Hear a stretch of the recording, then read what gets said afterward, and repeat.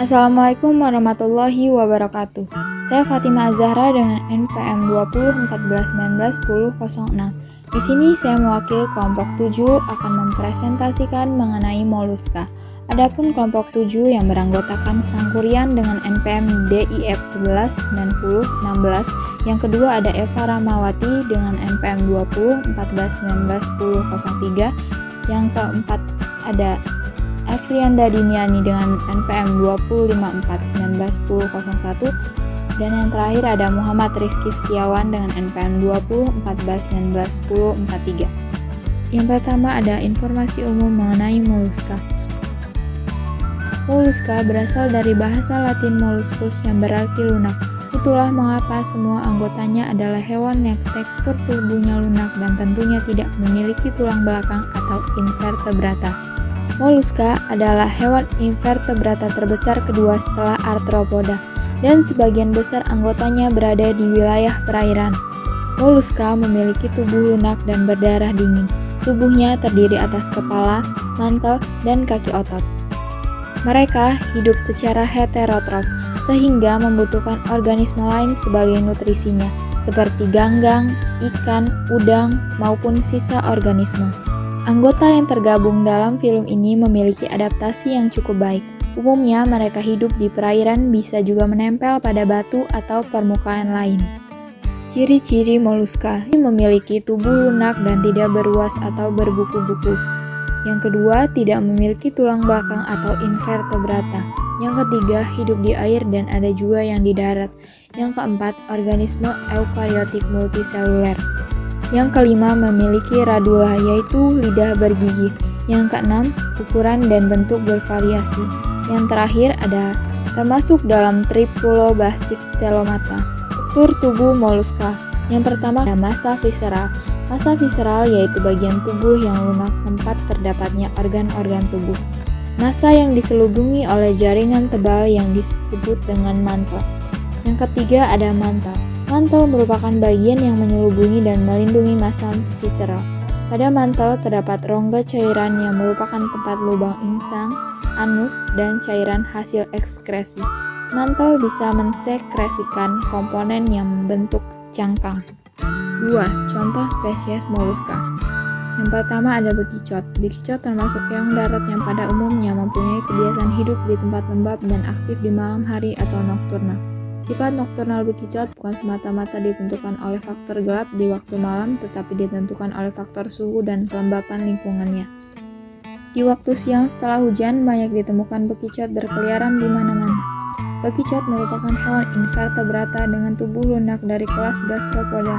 Bekicot mempunyai cangkang yang besar runcing berwarna coklat dan mempunyai pola garis padat berbentuk piramid seperti kerucut dengan pola spiral atau lilitan seperti sekrup dan dasar cangkang yang membulat. Cangkang bekicot dewasa mempunyai panjang sekitar 10-12 cm dengan lebar 4-5 cm dan berat 100-120 gram. Fungsi cangkang selain sebagai rumah juga untuk mempertahankan diri dari musuh dan untuk memperkecil penguapan tubuhnya. Klasifikasi bekicot. Moluska terbagi dalam 5 kelas yaitu Amphineura, Gastropoda, Scapopoda, Velocipoda, dan Cephalopoda. Klasifikasi bekicot atau Asatina fulica. Kingdom Animalia, Phylum Mollusca, kelas Gastropoda, Ordo Pulmonata, famili Asatinidae, genus Asatina, spesies Asatina fulica. Bekicot menggunakan bagian tubuhnya untuk berjalan menggunakan paru-paru untuk bernafas sehingga dimasukkan ke dalam Ordo Pulmonata. Pada tubuh bekicot memiliki kelenjar mucus yang berfungsi mengeluarkan lendir saat berjalan. Bekicot yang disekresikan oleh granula yang terdapat dalam tubuh bekicot dapat terletak di permukaan luar. Bekicot dapat hidup di air laut, air tawar, dan di darat. Umur bekicot dapat mencapai 10 tahun dengan rata-rata usia hidup 5-7 tahun.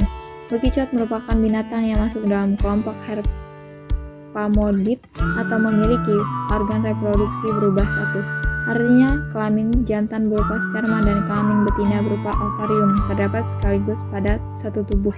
Hal ini mengakibatkan bekicot tidak bisa dibedakan antara betina dan jantan. Kedua ada keong mas atau Thomasia sanalisulata. Merupakan salah satu hama yang selalu menyerang tanaman padi di sentra-sentra produksi pangan. Bentuk cangkang keong mas hampir mirip dengan siput sawah yang disebut gondang. Bedanya cangkang keong mas berwarna kuning kemasan hingga coklat transparan serta lebih tipis. Dagingnya lembut berwarna krem keputihan sampai merah kemasan atau oranye kekuningan. Besarnya kurang lebih 10 cm dengan diameter cangkang 4-5 cm. Keong mas bertelur di tempat yang kering 10-13 cm dari permukaan air. Kelompok telur memanjang dengan warna merah jambu seperti buah murbei karena itu disebut siput murbei. Panjang kelompok telur 3 cm lebih, lebarnya 1-3 cm. Dalam kelompok besarnya 4,5-7,7 mg, ukurannya 2 mm. Ciri-ciri keong mas secara garis besar yaitu cangkangnya berbentuk bulat mencapai tinggi lebih dari 10 cm, berwarna kekuningan. Klasifikasi keong mas atau Formacea sanaliculata L. Kingdom Animalia, Phylum Mollusca, kelas Gastropoda, Ordo Pulmolata, famili Ampullaridae, genus Formacea, spesies Formacea sanaliculata L.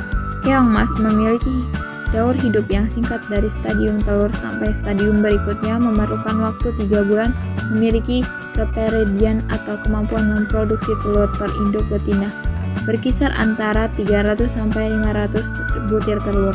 Keong mas lebih cepat pertumbuhannya. Kemampuan menghasilkan telur tergantung pada induk betina seekor. Induk betina berumur 6 bulan sekali bertelur mampu menghasilkan 1000 butir telur.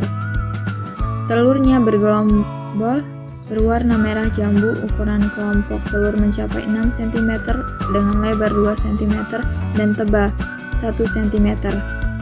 Secara khusus keong mas memakan lumut, tanaman air, umbi-umbian, dedak, pelet, sisa sampah dapur, organisme mati, dan sayur-sayuran segar seperti daun sawi, daun pepaya, daun talas, dan daun singkong. 3. Ada kelebihan dan kekurangan. Yang pertama, kekurangan dan kelebihan pada bekicot. Bekicot biasanya menyerang pada malam hari dengan membuat lubang-lubang tidak beraturan. Selain meninggalkan lubang yang tidak teratur dan seringkali berukuran besar di daun, mereka juga dapat mempengaruhi batang, bunga, bonggol, dan umbi. Bekas-bekas kerusakan karena ulah hama ini dapat ditelusuri berkat jejak lendir perak dan kotoran yang ditemukan pada dedaunan tanaman dan permukaan tanah. Kerusakan ini terutama terjadi dalam kondisi cuaca lembab dan mereka sangat menyukai tanaman muda yang lunak. Selain menimbulkan dampak negatif bagi tanaman, ternyata bekicot memiliki manfaat di mana kandungan antioksidan dan asam hyaluronat yang terdapat pada lendir bekicot diklaim dapat memberikan berbagai manfaat untuk kesehatan dan kecantikan kulit, seperti menjaga melembabkan kulit dan mencegah munculnya kerutan di wajah. Lendir seafood mengandung protein yang dapat membantu dalam meregenerasi sel, juga terdapat antioksidan yang dapat menangkal radikal bebas dan membantu dalam mendetoks tubuh dan kulit dari racun atau zat kimia. 2. Ada kekurangan dan kelebihan keong mas. Umumnya, keong mas merusak tanaman padi yang baru ditanam dengan cara memarut jaringan tanaman lalu memakannya. Selanjutnya, bekas potongan daun dan batang yang tersisa akan terlihat mengambang. Sementara itu, serangan parah dapat mengakibatkan tanaman padi yang baru ditanam menjadi habis total. Gejala serangan hama ini terlihat pada batang, tangkai, dan helai daun yang rusak akibat bekas gigitan dan pada batang muda terpotong-potong. Bahkan serangan berat dapat memakan seluruh tanaman padi. Keong mas atau Formacea sp merupakan hewan herbivora atau pemakan tumbuhan yang sangat berbahaya karena dapat menyerang tanaman padi yang masih berumur muda, sehingga dalam pembentukan rumpunnya terhambat, menyerang daun yang menjadikan daun berlubang dan dapat berjalur-jalur bekas lendir yang dapat menyebabkan daun berguguran. Keong mas yang selama ini sangat mengganggu petani terutama pada tanaman padi ternyata juga bisa dimanfaatkan sebagai pakan ternak. Selain itu, keong mas dapat dimanfaatkan sebagai pakan alternatif ternak itik dan ayam. Dapat dimanfaatkan sebagai salah satu sumber pakan untuk ikan, keong mas dapat dijual oleh petani dengan harga yang cukup tinggi. Karena keong mas mempunyai nilai ekonomis, dapat dimanfaatkan sebagai pakan ternak dan juga bisa dijual. Produktivitas lahan pertaniannya akan meningkat seiring dengan pengendalian hama keong mas di lahan pertaniannya. Yang keempat, ada cara pengendalian bekicot, yaitu dengan cara menjaga kebersihan dan sanitasi lingkungan, menggunakan sistem irigasi yang baik dan memperhatikan sistem bercocok tanam yang baik, Pengendalian mekanik dapat dilakukan dengan cara mengambil siput dan mengumpulkannya. Selanjutnya, melepaskan cangkang dan mematikan untuk digunakan sebagai keripik atau makanan itik. Lalu menggunakan air garam bila diperlukan, karena ini membuat bekicot mati pelan-pelan. Yang terakhir, ada menaburkan metaldalin dengan bekatul perbandingan 1:20, banyaknya sekitar 40-50 kg. Cara pengendalian keong mas. Pengendalian dengan menggunakan moluskisida sintetis berakibat keong mas dapat terbunuh, tetapi cangkang akan tertinggal di dalam. Hal ini akan menimbulkan masalah baru bagi petani yang melukai telapak kaki, sehingga perlu kegiatan untuk petani mengumpulkan cangkang di areal yang telah diberi pestisida. Pemanfaatan pestisida untuk menekan pertumbuhan keong mas di sawah pada saat ini tidak banyak dilakukan oleh petani, karena mempengaruhi pertumbuhan tanaman padi. Salah satu cara pengendalian hama diantaranya melalui penerapan moluskisida nabati seperti daun sirih hutan, daun tembakau, dan pinang yang sudah dilakukan oleh orang lain. Rendaman air kapur sirih dan ekstrak daun ubi karet sangat efektif dilakukan sebagai pengendalian hama pada padi sawah, karena selain dapat menetralkan tanah asam, kapur juga dapat dijadikan sebagai pupuk untuk menambah unsur kalsium yang berkurang akibat panen, erosi, serta untuk menggemburkan tanah. Sekian dan terima kasih. Saya akhiri. Wassalamualaikum warahmatullahi wabarakatuh.